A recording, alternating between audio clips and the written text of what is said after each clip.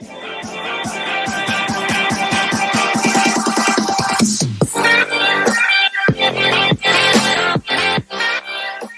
right, guys. Hey, we are back. It's Main Street Cinema Boys, and we're going to be discussing Lovecraft Country again. This is the episode 3 recap, and we have a special guest today, former schoolmate of mine, but someone who is doing big things out there.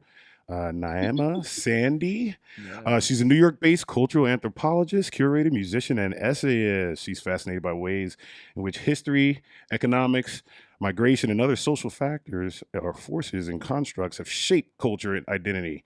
And she's aiming to leverage history, the visual, written, and performing arts, chiefly those of the global Black diaspora, to tell stories in which, in the ways that we haven't seen them before, the ways we haven't thought about seeing them. I love that. Thought about seeing them. And this is the best part of it, is to raise us to a higher state of historical, ontological, and spiritual wholeness in the process. Awesome. That is awesome.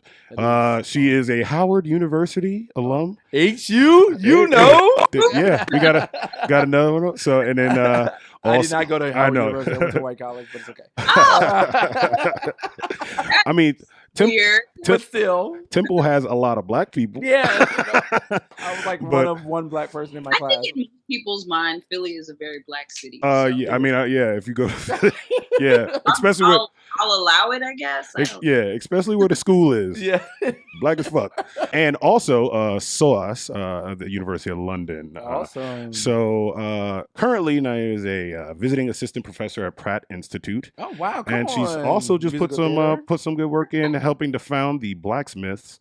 And they're out there producing resources and public events for to close the gaps in the appropriate communities for Black artists, curators, and administrators on the global stage. I love that. So she's doing big things. She's going to bring some insight. Yes, I think she's the perfect person to be talking about this episode, especially this particular episode. So which was amazing. Funny thing about her, she posts the day after. Y'all got till at the afternoon before I start talking about this shit. So 3 hours. 3. So, Niama, how are you?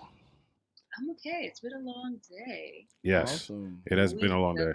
Welcome and thank you for being here. Thank you for being the Main Street Cinema Boys. Awesome. We're excited to have you here. For having me. What did you say? What did you say to me? I think he said he's very excited to have you here. I'm just very excited to have you here. Thank you. Yeah, to discuss this. Yeah, very excited. So we all really like Lovecraft Country. I'm sure there might be love. The word love could be used for some. If some of you have not seen, episodes 1 and 2, you need to get on that. While I'm wishy-washy on the surface level portions of the show, it's the importance of the show, like on the other side. Is what episode 3 was like amazing. I thought that was one of the best episodes. Off the bat, I think episode 3 is better than 2, but episode 1 is still some of the best shit I've ever seen. Absolutely. I mean, what do you think? What do you think? What do you think? Out of these 3 episodes, how would you rank them? Oh, do I have to? You don't have to. You can say I love them all. They're all great. They're different. They're all different. They are. That's true. They are. I think I just saw someone say that each of these episodes individually are sort of like a different kind of horror film. So like the first one is monsters. Second one is like secret society white people. Yeah. That's already scary by itself. Yes. Yeah. Hello. Of course, this third one is like the haunted house. Yeah, the haunted house, murder house. Kind of gives me what's that series that come on FX? And being that you just American Horror Story. Yeah, like literally by you just saying that actually brought me to that mind of that. I'm like, oh, you know what? She's absolutely right. So I agree with you. Yeah, but it's so much better than American Horror Story. Well, some seasons. Like Coven is still, but so anyway. yeah. But just quick, I mean, what do you see the importance of this show outside of it being, cool as fuck? But why is this show important? I think, especially in this moment. Yeah. Because I don't know if y'all know this. This was shot at least a year or 2 ago. Okay. So I have a friend who was the script supervisor on the show. So okay. In this moment in particular, where, and I mean, I guess I don't know if there are a a lot of white people who are not at least a little bit aware of going to the world that have HBO subscriptions and would watch this. Mhm. But I think that in this moment, it's like really laying bare everything that we've been talking about. Mhm. And ultimately, I think so much of like when I go back and look at my notes for each episode, it's ultimately this sheer terror of like everyday life as a Black person is really just presented so clearly on this show in a way that I don't know if we've seen before. Yeah. Well, I think that going back to what you said, I think everybody's looking at it as something different. For a person of color, I'm seeing the underlying message underneath it. But for non-color people, I think that they're looking at it because of the name, and that's why I think that's a great play on how to get people to watch it. Is because of the name. It's the H.P. Lovecraft. Like I even introduced it to some of my staff members, and I told them, I was like, oh, you guys should really watch this. And they were like, oh, you talking about H.P. Lovecraft? And I'm like, well, it's not him, but it's his universe. And that's why I think they did such a masterful job about introducing Cthulhu and some of those other, that first scene, yeah. and some of those aliens, because that will bring in the entire audience, not just people of color, but everybody into it because it had those signature Lovecraft elements, brought into it. So I think they're watching it for the Lovecraft universe of it, just like they watch Black Panther because it's part of Marvel. And they watched Watchmen thinking they were going to get a whole something different. I mean, I did too. I turned Watchmen on. I was like, oh, they going this way with Watchmen. Okay. So I think that's a good thing. You know what I mean? So I think it's a good thing. It's putting them into and making it all makes us feel uncomfortable. And the realizations of stuff that's going on. So I'm smiling half the time I'm watching the show. Oh, I love it. Oh, this shit is great. Yeah, I think one of the other things about the show is like, let's put some respect on Misha Green's name. Yeah. That's like her adaptation of the book, because amazing. I went out and read, because I Audible like a crazy person. I got the book and read it in like 6 hours. Then I was just like, okay. Her adaptation so far, like the story is just veering off on its own and taking its own life on. I was telling James last week that in the book it's very anticlimactic, and the characters you would actually feel that close to them because they just get over the things that are happening to them. Like they just get over it. They're strong in the show too, and but you can see the scars. You see, and especially with this episode with Letty, like she just died, and you get to see her still half dead. But let's just get into episode 3 then. Episode 3. So awesome. it was called Holy Ghost. Holy Ghost. Yeah, and I think it was with Letty in church. Yes, I thought that was absolutely amazing, and I was actually, and I'm going to be honest with you, I didn't get it, and maybe you can help me out. I was trying to research the poem because in each episode there is a poem. The first one was James Baldwin, and then the second one was I can't think of his name right now. The guy who did Revolution. The Revolution will not be televised. Gil Scott Heron. Yes, Gil Scott Heron. And I was trying to look up this guy, the voice here. I tried to Shazam it, but it gave me Windows or something. I don't know what it did. So I was trying to. You tried to Shazam it? I was trying to Shazam it. Don't judge me. You don't know my testimony. But man tried to learn information. Yeah, I know. Exactly. I was trying to Shazam because I never heard that one. But I thought that scene was absolutely amazing. I thought that it captured really of what a Black funeral or homegoing service was really like. And I thought, you don't understand how important that is from somebody who grew up in church. Like that was it. And that it means more than just we're losing somebody, but we're trying to, it's kind of a juxtaposition of we're losing somebody, but they're gaining their wings or they're going home, to where they belong. So I thought that it was absolutely amazing the way they did it. And then, everything down to the costumes, that the church hats that was seen. I thought that was amazing too. And then Letitia's face. I thought that her face, just experiencing the loss. And I mean, just shout out to Angela Ellis, who I think deserves every award in Yes, all the time in every role. in every role that she does, and now that she's actually coming to herself. I think she's creeping on Angela Bassett a little bit. I think just that whole portrayal, because she was actually the one that was shouting and feeling the Holy Ghost, and it was very interesting on where I thought the episode was actually going to go. Yeah, so I thought that was really, really good. So that was just the start of the episode. But what was the name of the author of that poem? I don't know. Yeah, so that is actually God, give me a second. I'm looking because I need that poem in my mind. Precious, the ballroom commentator. The ballroom scene. All right, how you doing? Oh, it's from I don't know if you all know the ballroom performer Leome. She has she did. She just did the show on HBO Max. Yep. Yes. Yep.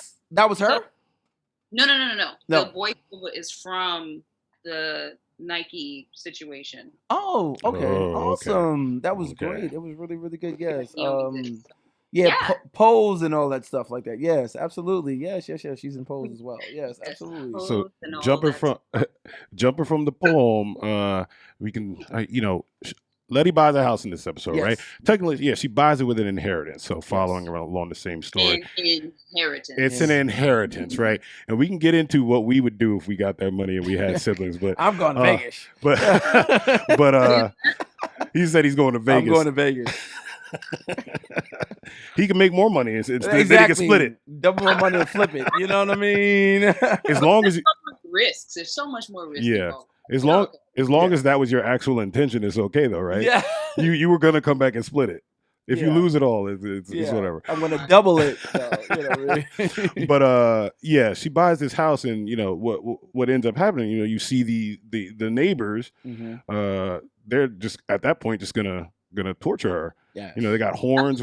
Literally before they even get into the house, before we see inside the house, we see perspective of a neighbor pulling the curtain, looking out the window at them. Yes. But they looking. But even before that, we get the little narrative that it's 1955, and that was a very interesting year in the United States of America because a lot of things happened, and they also mentioned. Say what? Isn't it 53? No, it was 55. Okay. It was 55, and it was a lot of things that happened in the year of 1955. That was the bus boycott year. That's when Emmett Till. Yeah. Hint. We'll talk about that later. We'll talk about Emmett Till later. Yeah, that came up. I believe someone on your chat. I think it was Manera. Yeah, she said, "Was that the little kid playing the Ouija board?" It was possibly. It was. It was. It was. Yeah. It was. Yeah. But we'll talk about that. Yeah. And I mean, we can talk about Dorothy Dandridge also. So we're going to talk about that as well. Yeah. Because she was in it too. And we talk about Martin Luther King because he's in it too. But it was, so it was 1955. So just going along what she was saying, it was 1955 and a lot of stuff was happening in the country at that time. Yeah. But that was the backdrop of one of my favorite scenes of the show. When she finally gets fed up and actually goes outside, she goes outside, and dudes is just out there with their shotguns, just like let her wild out, and I'm like that is what's up. Okay, so for a moment, just yeah, go ahead. We just talk about, have you ever seen a scene like that? I haven't, and I know that I know we're both fans of the podcast, and they brought that up, right? But okay, so shout out to Dorinda Clark. I have never seen it, so I gotta say shout out because I love music. I shout out to Dorinda Clark Cole and the soundtrack because the song is called "I'm Bringing," I'm getting it all back. Yeah. You know what I mean, and everything the devil stole, God's giving back to me. So I thought that scene was the most. I mean, shout out to Journey Smollett. Who really, I think she embodied what everybody was thinking. She really is helping that family recover after Juicy. Yeah. She's helping that family out. But, I mean, everything because you have to remember, that horn was going off for about, let's say, a good 3 or 4 days. Yeah, you don't even know how many days. It was a long time. It was a long time, that horn. 5 days. At least. Which I'm like... Them cars were built pretty well. I mean, my car will die. Yeah, so would mine. What the fuck is going on here? You know, but that the fact that you know, I mean, that horn was going off and she went out, and I thought that she kind of owned that. She owned that. But just before that, she was actually dancing with somebody. So shout out to Dorothy Dandridge. It was a scene from Carmen Jones. So when she's dancing with the guy, that was an homage to Dorothy Dandridge and Carmen Jones. So I just wanted to point that out. That was a shout out to her. Preminger moments. Yeah, you know, it was one of those Easter egg moments. But the fact that she went out there and kind of tore it up, I thought that was really. I mean, yeah, that kind of made that part of the episode. I was just like, all right, yeah, that woke me up. You know what I mean? Yeah, after working a 12-hour day, I woke up when Atticus was like pretending to be a vampire, just like, oh, this is cool. Which I was like, that's good. Yeah, he should say that. But you know, wait a minute. It was during the unsanitary sex in the bathroom. Wait a minute. They fucking on sinks and shit. Now you know in 1955. Sometimes you gotta get it in when you get it. No, you're not gonna go in. It's still unsanitary. I'm saying facts. I'm just saying it's facts. It's unsanitary as fuck. But it's okay. It was 1955. It doesn't matter. Get it in where we can get it in. Doesn't matter. You know what I mean? There were no superbugs at that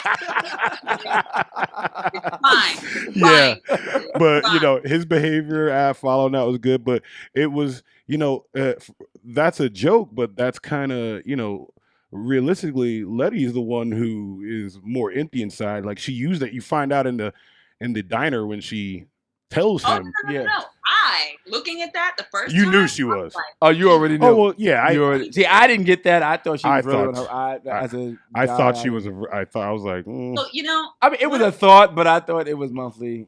One of the lines in my note. It wouldn't have started like that. Yeah. It would have been like that.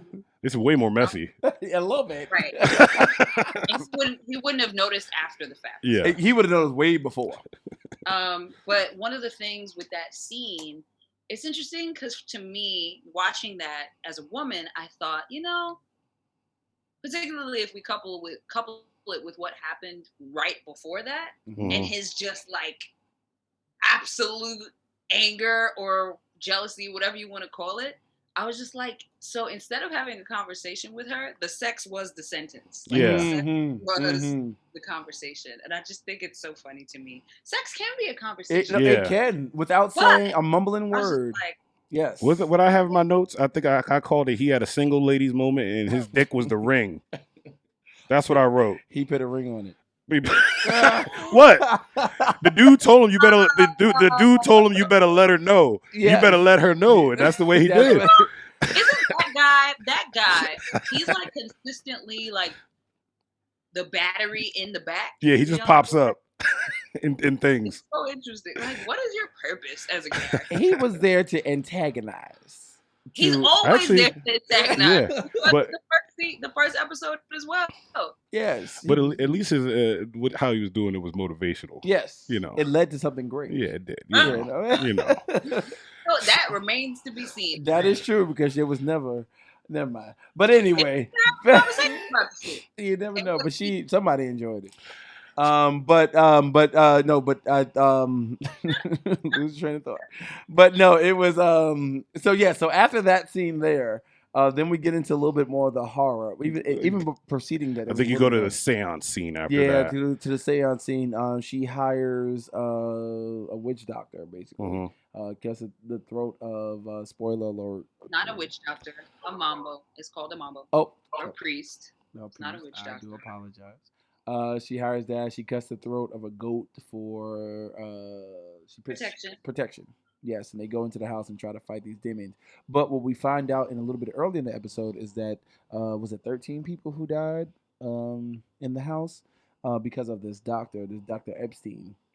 He was doing experiments on people of color, and that brought me back to Miss Everett's Boys. What was that? Yes. I mean, we could go on about names. We could say Henry Max's name. We can call, and actually, if you watched or listened, if you watched it, it's weird because if you are on the app, if you're in the HBO Max app, you can watch the podcast. Oh, it's visual too.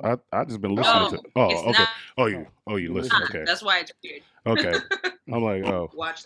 But they mentioned my friend Dr. Deidre Cooper, who has a whole book about this exact thing, Black women in particular being basically experimented on. Yes. Um, Henrietta Lacks. I mean, let's talk the about it. founding of the gynecology. I mean, Anarcha. All of those names are names from her book and from her research. Yeah. Oh wow! Shout out. Awesome. I didn't know that. It's those things like that that make the show So that great. was really interesting. So the house was kind of haunted with not only them, but with the doctor. It's also. not. It's not kind of. That shit is haunted. Well, it is. It is. That shit is haunted. It is haunted. Kind of. Not only with the spirits of the experimentees, but also the experimentor. Yeah, and I didn't really get exactly who. It's the original owner, the experimenter. They didn't say his. They did say his name, right? It was Epstein. Well, no. No, that's what I'm saying. They didn't name. No, it was Epstein. No, that was Epstein. Epstein was the guy who was doing it, but the ghost itself. I know the ghost name from the book. They didn't name him in the show. It's Winthrop. Yeah, no, because the house is Winthrop. No, yes, she did. Yes, she did. When they were sitting in the diner, she talked about it. She said she didn't find out who the Winthrop people were, but then that had a connection with the white people. But did the ghost ever say who he was? And did she know? That's what I'm saying. We don't know who the ghost never said who it was, but he said, "Get out of my house." Yeah. But she does mention Winthrop, though. Yeah. She does mention Winthrop in the diner. She said she couldn't find a connection. But then before that, when she gets arrested, the cop's like, "Why did you buy the Winthrop house?" Let me tell you, if you go back and watch the second episode, that moment when they're in what's his name? Samuel's laboratory. I was just like, so having watched Game of Thrones faithfully, let's not talk about it. Yeah. Skip over it. I don't feel like shots are wasted. They don't waste no shots. No. So they lingered. You could see the whole like half of the laboratory. So you have the painting, and you can see all the names on the frame very clearly. You can also see on the left, the blackboard has this, what could probably be best described as like a diagram, a scientific diagram, which we later find out is how they then open all these portals. But Winthrop was definitely one of the names on it. I remember actually like trying to write down as many names as I could. Oh, wow. Because I was like, this is going to be important. That's on the rewatch. I'm going to have to rewatch it again because I did not see that. Okay. I lost you. You're frozen. We're frozen. We're frozen.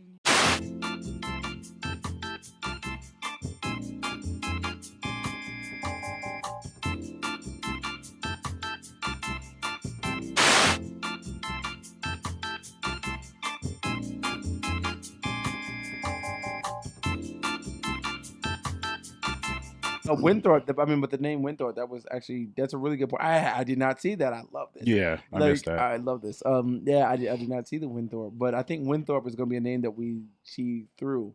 All the other names on that shit too. Watch. Yeah. Okay. I mean, it's obvious. You remember I said at the end of episode 2, I was like, watch out for Christina. Yes, because you she didn't see her came go back. nowhere, and I was but before we get she's to her, obviously in charge of whatever the fuck's going on right now. But before we get to Christina, let's talk about that amazing seance exorcism scene or whatever. I mean, it bothered me because I enjoy. I've been in the presence of those, and I don't want Ouija boards near me ever again in my life. Wait. Say that again. Watching it, I was just like, yeah. I mean, why people playing with Ouija? Look, I grew up around a lot of West Indians, and we was doing shit, and I don't want what was happening in that house to ever happen in my house. Not at all. So don't bring a Ouija board up in my house. That's not gonna happen. I know. Well, the thing is, you don't always have. It doesn't always happen. I don't care. Niama's like, it could. Okay. Listen, if they there, leave me alone. Spirituality is fine, and it doesn't always have to be like a negative thing coming out of a Ouija board. But I don't know that I'm in good enough control. Good, bad, or indifferent. Let's talk about the Ouija board, though. Yeah. Okay. Cool. So, who do you think was actually answering those questions? I think, believe it or not, I believe it was a host of people. I think it was Uncle George. I think when they said George, I think it was Uncle George. Dead, yeah. So I think. But like, why do you think? Like, he knows he's dead. They know he's dead. Why do you think they would?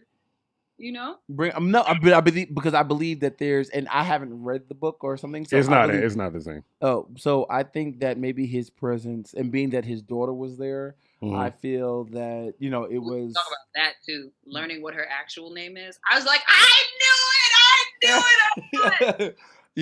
I think that being that her daughter, his daughter was there. And that kind of, I mean, they may have done it for for the television, for the HBO series. Like his daughter was there, letting him know maybe there's unfinished business, or I didn't die the way they said that I died. Yeah, it wasn't the sheriff who killed me. You know what I mean? So yeah. I think it was that. But I think that in that house there was a lot of spirits in that house. So when Emmett Till said, "Am I gonna?" As we were. But yes. When he said, "Am I going to enjoy my trip?" I think that was that wasn't that. Ooh, when I found that out, I literally was like, "Wow, this is a good show." I mean, they set it up pretty good. People were saying that Gil Scott Heron was also, but like Gil mostly grew up here, so I was just kind of like. Well, he was in the second episode. I mean, they showed him in the second episode. No, they were in that Ouija board scene. They're saying that he was there during the Ouija board scene. Yeah, he was one of the people. Oh, he was one of the kids? Yeah, he's the other kid. It's possible. I mean, because he was born in 49, so but it still doesn't track. He would have been a lot 50, 51, 52, 53, 54, 55. He would have been 7, so no, that would work. Yeah, and we're gonna turn that out. They did mention Martin Luther King though. Briefly. Sure did. Yeah, they mentioned him very briefly, and they're talking, and they said his name. They said I don't know if they said one name. ML. Yeah, and then they was like, oh yeah, he goes by Martin now. They were like, oh yeah, he's a preacher, and then they talked a little bit about Coretta. They tried to throw shade at Coretta, which I didn't appreciate. Well, it wasn't shade at Coretta. It was. Do you know that story? No, I don't. Tell you please. Because they said he was trying to date a white woman, and he was. He wasn't trying. He was. Yeah, they said that he was dating a white woman. They said just because he's dating a white woman, I mean he can't be for the people. So. Yeah, I mean, I think even today we still have those sorts of conversations, absolutely. Right? Absolutely. So basically, when he was in, what's the name of the school in Pennsylvania that he went to, the seminary in Pennsylvania that he went to, basically the girl who he ended up dating, her mother was the dietitian at the school. Okay. And so their house was on campus at the school. And like that's how I think some of his friends used to work in the kitchen, so that's how he like met her, and then it became like a thing, and everybody was just like, of course, it's not a reasonable thing. Most people have strong opinions still about now. So he married Coretta. He married Coretta Scott because he had to, and he knew he couldn't marry the other person. Also, I still think that. I mean, there's a lot of people in history who married, outside their race. Oh, sure. Frederick Douglass married a white woman. Exactly. So, I mean, that's neither here nor there. But I think that people have strong feelings about that. Yeah, I mean, I can understand why. So, but I'm glad that they pointed that out in this. Like it was so casual too. Yeah. It was. But you have to remember, this was 1955. This was casual talk. You know what I mean? Right. Like Martin Luther King wasn't Martin Luther King. You know what I mean? I think in the context of the community that Letty is building in that house. Yes. It's important because I don't know if you would have had that conversation anywhere else. Oh, no, that's what I'm saying. And that's why it was so important that they had that conversation. But to me, that reminded me of, I always think of like the black hairdresser or the black barber. Mm-hmm. Hold on. So what I'm trying to get to here is I'm more so thinking about like it's a community of activists, it's a community of artists in that house. Yeah, there was artists. This maybe wouldn't have been knowledge that somebody else would have. I got you. I got what you're saying. Yeah, they did. This was a specific group of legendary people. And of course, we think about where Letty has been prior to the show beginning. Basically, she's been in DC. She's been in places protesting. She's been using the money her family has sent her to bail people out of jail. Yes. And she says that, and she says that. So who do you think the dancer was? I was really trying to figure that out. Who do you think the dancer? Guy she was dancing with? No, the girl. The girl says, "Hey, that would make a really good dance video." Because I'm like, she could have been like. Because I'm like, Judith Jamison wasn't around at that time. No. Yeah, this was way after. So I was like, I didn't know who she was. I would say like somebody like Pearl Primus. Okay. I mean, it's the wrong city for it to be. I mean, but you have to remember these were like borders, so these could have been people traveling. You know what I mean? Just taking up residence for a while. Maybe. But anyway, so I mean, people. I really got infatuated with that because I just love the arts. But yes. So where were we at? So we're talking about the horror scene now. So you can segue from what Letty was doing, and then get into the conversation she had with her sister about you're finding out exactly how she got that house. Yes. The inheritance, and then the issues that come up around that. I know everybody watching probably felt a certain way and was thinking what they would do. Was a very charged moment. But I feel that there's something more to that. Like her mother gave it to her for a certain reason, and she does say, Mama did what she wanted to do. Well, she didn't actually give her any money, though. Is the point? She lied. Oh yeah. See, that wasn't said. I'm going off of what the. But my thing is the conversation that Letty and Ruby then have is very telling in terms of the resentments that Ruby has. Ruby has, yeah. Because in a certain way, Letty is free. That's I definitely got that from that conversation. Yes, but that's that dichotomy that I think between Black people have. It's do we have? Also there's the light-skin privilege element, right? Yes. Yeah. Yes. And then, I don't know if we'll get to see this, but I feel like there's also something about like who her and the older brother's fathers are versus what Letty's fathers are, because she does say, oh, she gets that from her father. You know what I mean? She does, there are those poignant things. Oh, well, she gets that from her father. So, you know what I mean? This whole light skin, dark skin thing that we have in the Black community. So I thought that was very interesting. The whole moment. It was very interesting. But I also feel like, why does she, I guess it's the best thing that she could have come up with in that moment. Because she realized, because I think what happened is she was probably telling different people different things. Because if you remember, when Tick shows up at the house, he says to her that the landlady said that she hit the number. Yes. Yeah. She was telling people different shit. Yeah, she was telling them. Yeah, she was telling. I mean, well, that because they was at the, I forgot the name of the house that they were, the boarding house they were at. But when Atticus shows up, she says, yeah, he hit the number. But I think, like you said, well, and Black people, we don't tell all our business. You know what I mean? Especially when it comes to money. Making up stories, though. We I mean, come on, let's be for real. We're like, oh, no, I won the lottery. But in this case, she can't tell him that Christina gave her that money. Yeah. She can't tell him that. No, no. Definitely. I mean, and she couldn't tell nobody. She couldn't tell nobody that. First of all, who was Christina? And this is a white woman giving you all this money. Right. You know what I mean?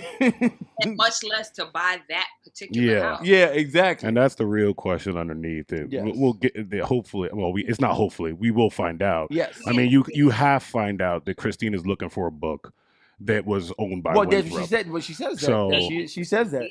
She said that she's looking for the pages. So she's just trying to get close to that. Yes. So but I don't think Letty is allowing her to use her. Yeah. Oh yeah. Letty didn't. Well, I mean, do you think Letty's feels guilty because she brought her back to life? Like, does Letty even know that?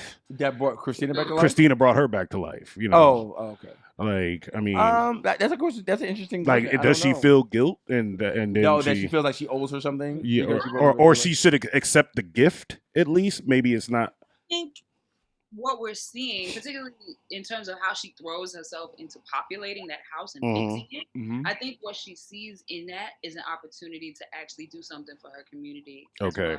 Okay. Yeah, I agree with that. It could be that, and also probably that feeling, that emptiness that she's filling stuff up.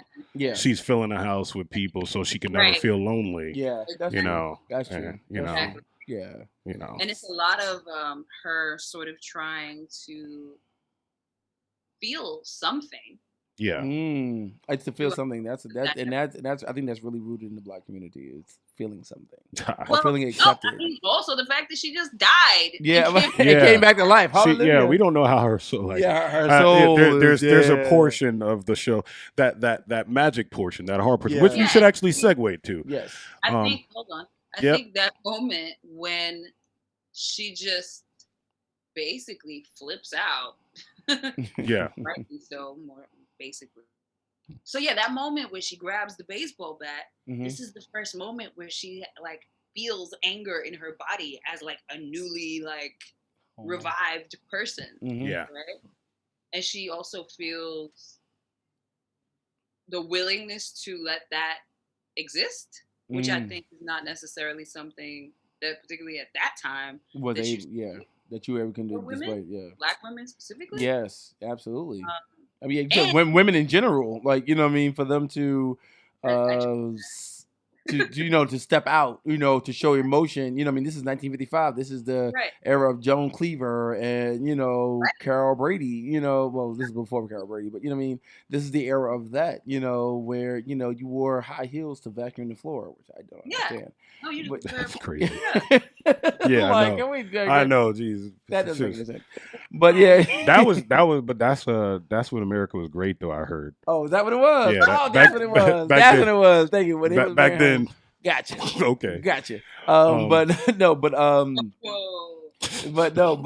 I mean, can we talk about? I just want to talk about right quick, separating to magic and stuff like that. The scene before the last scene, when is it 13 people that come back and they kind of exercise that in the basement. I think it's 9. 9? Okay, I don't know why I'm getting 13. I'm getting 13, but it wasn't 13. But I thought that was one of the most powerful scenes I've seen on television ever. I thought that it was scary, it was horror, but it was empowering. And it was healing, which is what was what? I didn't hear you. I'm sorry. It was healing. Yes. Yeah. Which is the most critical element of this, and it's also this notion of like, so to like talk about Black Panther for just 30 seconds. Go ahead. No, we have to. So that scene where Killmonger's dying and he says, I'd rather be. Right. Yeah. I want to be. Why? So you can put me in chains? Yes. I want to be. No. Where he specifically says that he basically wants to be thrown into the ocean. Sea with the ancestors that chose the sea, and everybody's always like, "Oh well, they can't be your direct like, oh stupid, shut up!" Like ancestry is not only just about the direct lineage, right? Yeah, ancestry. Yes, absolutely. So much. I want y'all to read if you haven't ever read this book. Christina Sharp's In the Wake on Blackness and Being. Okay. So there's like a passage in this book where she's kind of talking about this idea of like the half-life of a body in water, and like what that then means for like the air to be weighted by like souls, essentially. Okay. Kind of like the notion that he's talking about in that scene, and I think people don't grasp that because we live in this very sort of like literal empirical. Yeah. Come on. No. Yeah. Don't be stupid, Jesus. So everybody's woke. Yeah. Well, I mean, that's the one thing about the show. I'm like, I'm guessing at least because if you go and you read reviews and you look at how the audiences feel, it's got to be at least 65 to 70% of the people aren't grasping the little things, the nuances. That's what really makes it good. But and even if they rewatch it, they will. So you kind of need. Like the follow-on podcast to know what the writer was going for. Yes, absolutely. Because listening to it, I go, oh, I didn't know you were going for that. I had my own interpretation. On what it was. Yeah. But which is the beauty of art. Yeah, right? And that's the thing. It's art. Interpretation. It doesn't. Absolutely. Everyone does not have to see it the same way. And I think that's a good thing about Lovecraft is because that it draws so many different types of people in because of the Lovecraft name. Because of But this is not H.P. Lovecraft. This is Matt Roth. Yeah. You know what I mean? This is a different. This is a different adaptation. Even the director, is interpreting it. We're gonna say it's Misha Green though from now on. We're gonna say Misha Green from now on. So give her flowers. Yeah. Put some respect on absolutely, give her flowers now while she's alive. But you know what I mean. So I thought that was really good. Like I said, but I was really taken back about that scene. I thought it was. They was and she was calling out their name. She was calling out their name. Yeah. And the name, which is the other thing here. So, I mean, when we talk about like somebody's power, somebody tapping into their power, that moment is the moment she like almost realizes herself fully in a bunch of different ways. Like this whole episode is really about Letty and Letty becoming Letty, and becoming like Letty 2.0. Yes. So, and this was the first episode, and this was the first episode that I saw that it wasn't Atticus or Uncle Joe or one of the men. This was a Letty episode. This was her episode. I mean, shout out to Journey Smollett. You know what I mean? Yeah. Like, and she held it and she kept our attention to it because a lot of people would have the ball would have dropped. I mean, even the scene. Underground. I did. I'm gonna be honest. I was the one black person that didn't watch Underground. I was working. You were the one black person. I'm the one black person. There's a lot. There's a lot. People ain't seen Black Panther still. I know. I've heard people say they didn't like Black. I've heard people that say they didn't even like Black Panther. I'm like, wow. Yeah, a lot of Marvel fans crazy, yo. But anyway, but even the scene with and I'm gonna get her name wrong, but Angelou's character. She came into some peril. Anjanou Ellis. Her character, Hippolyta. Hippolyta. Yeah. And listen, the second that I knew that was her name, I was like, "Oh shit!" So what's Hippolyta? Is gonna pop off with her because they would not give her that name. They're not going to be. So it looks like an Amazon name to me. But that's not the slave name. It's like a complete Wonder Woman reference. Yes, it's the mother. Yeah, it's Wonder Woman. It's Wonder Woman's mother. Oh. I didn't know if it was spelled the exact same way. Okay, but that's Wonder Woman's mother. Okay, that's why I was like, it looks the same. And then Dee's name is Diana, and I was like, yes. Yeah. Who's Diana? Diana is Wonder Woman. Oh, damn it, James! I know. He's smart. He doesn't watch DC movies. I know. He doesn't waste time. I know. And it was actually filmed down here. I'm so sorry. Oh, so that's all cool. Oh my God, I'm very excited about that now. Yeah. Oh my God, we're gonna totally I'm really excited about it. Because she was drawing stuff. And I told you in the first episode that I really wanted to see what she was drawing. You know what I mean? I thought her drawings were really important. You know what I mean? And she draws the first woman. She draws the first woman. So I thought that was.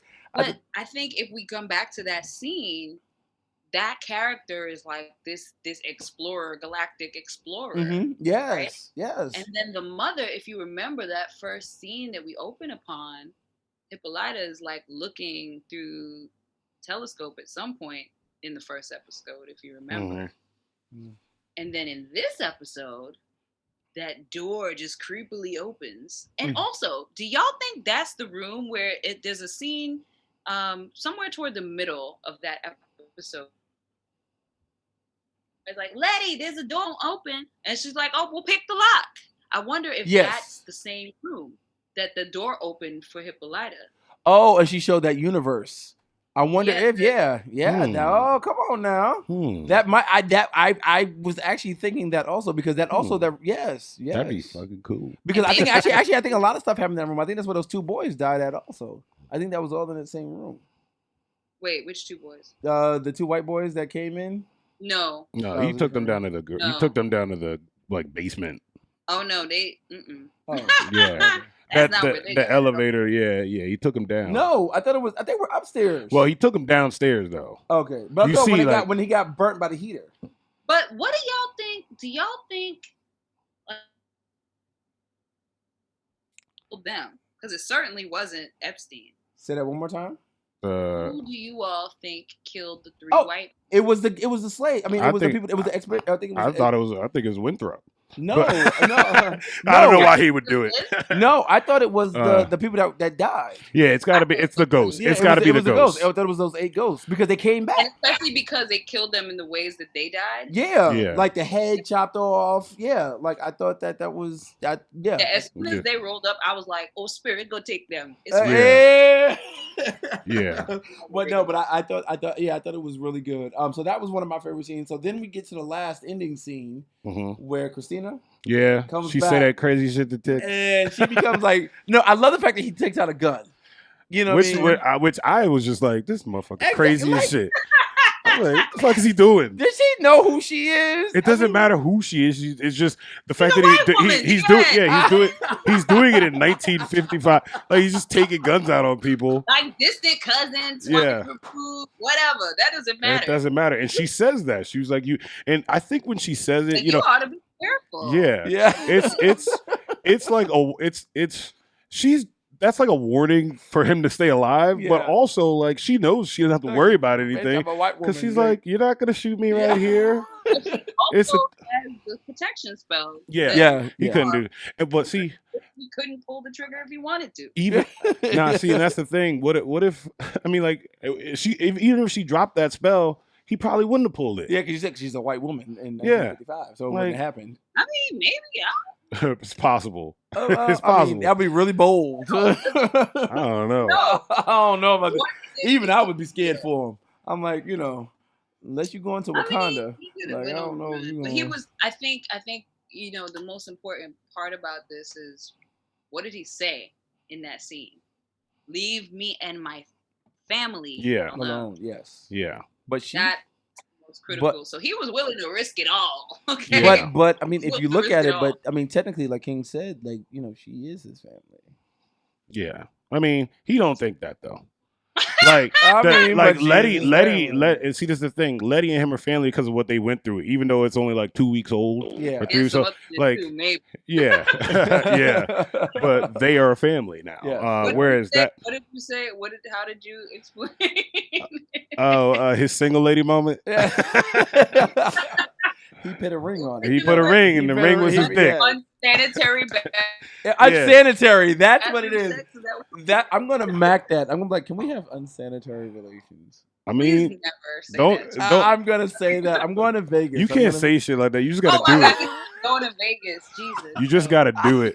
Unsanitary. Baby, I want to take my mask off. I want to have unsanitary relations. Can I take my mask off? I'm telling you, you're stupid. But anyway, yeah, this. I mean, it was a great episode. I thought it was a really great episode. I think we've said pretty much. I have no idea. Yeah. You got more time. Let's go. I think that I was kind of waiting for Tick to like tap in, in that scene. As you refer to it as the seance. I'm never going to refer to it as that ever again. Okay. But I was waiting for him to because he's got it. He's got it, right? Yeah. We know it's there. Yeah. But But you got to remember, I think that this is episode 3. And I think from an HBO point of, they have to let that develop. And then also going back to what you said, this was about Letitia. Sure. You know what I mean? This was Letitia, because he was literally laying on the ground. He was possessed. Like he was out. You know what I mean? He was, he was giving you an exorcist moment. So I think this, he was giving you an, he was giving you an exorcist moment. And I think that this episode, just coming from, acting perspective, this had to be Letitia's moment. This is when Letitia became Letitia fucking Lewis. You know what I mean? 2.0. She wasn't just a side character. She was the main character. She was, so I think that it had, just from, conceptual, view, it had to be like, okay, so now next episode he may tap into it, or even like, what is it? They got 8 episodes. I think no. So it's 8 episodes. So we're going to episode. And it's 8 books in the book. Yeah. But next episode, I believe, if they're following, it should be a Montrose story. Yeah. So I'm saying, so he may get into. Speaking of which, yeah, Montrose just didn't you say why is he in everything? I did. I was like that. Why Michael K. Williams gotta be? I like him. He's very talented. Yeah. But do we have other casting people? I know. I was like, I just saw you in the 5 Bloods, man. Yeah. What's going on? What's up? Yeah, well, Well, but yeah, it should be. We need all the black actors we can get. They gotta amend it a little because the story's different now. But it should be a Montrose episode, and I'm gonna assume. Hold up, though. Yeah, I have questions. Yeah. First of all Montrose does is drink. How does he have this apartment? I don't know how them people and friends live in New York. Exactly, no black neighbors. I don't know his TV. They had one black neighbor, and that was it. You know what I mean? So friends. They had one black neighbor. Come on. So it's TV. Yeah. Well, Montrose. No, but see that it's not going to be as silly as that. There's going to be a reason that he can be where he is living. Oh, I mean, there's going to be a reason. Also, I feel like there's so much with him. There's so much, and I feel like you get like little glimmers of it, right? Mm-hmm. And I also have a theory. Go ahead. That maybe you can talk about. I also think like he's so broken and he drinks to drown something, right? Mm. I mean, that's very clear to me. I don't know if anyone else thinks that, but there's so much pain, so much, and the thing about it is he was so good.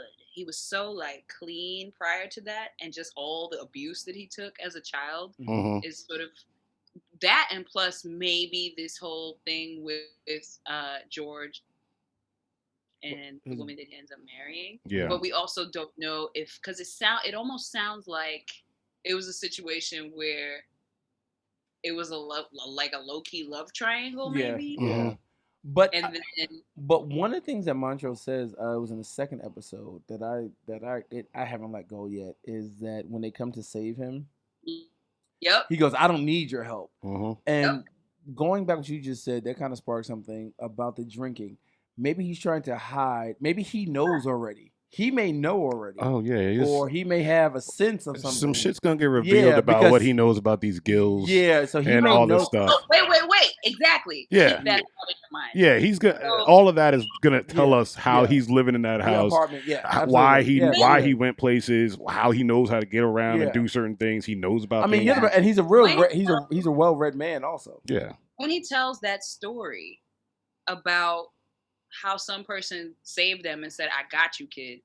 I bet you $20." That was tick. Bet you money. Bet you. Okay. Oh. Okay. I feel like I'm trying to understand Tenet. I'm gonna watch that. Jesus Christ! My head's hurting. I'm gonna watch that. I'm gonna watch that because of your review. I'm gonna watch it. Yeah. But yes. So I think that's it. I mean, we're trying to. I think that's it. This was really fun, Kings. Man, this was fun. I told you we get her on here. Y'all gonna have a ball, man. We was going. This was on. I like this stuff here. I want to thank Niama for coming on again. Niama, yes. But I just want to say thank you so much. Like, you brought so much insight and I'm just grinning from ear to ear. So we can't wait to see you good again. I hope you come back. I think we're gonna do a Black Panther one right quick. So please come back, like, subscribe, comment what you think about this. It was a little long, but it was worth the watch. Yes, right on. Yeah. All right. We'll see you guys next time. Peace.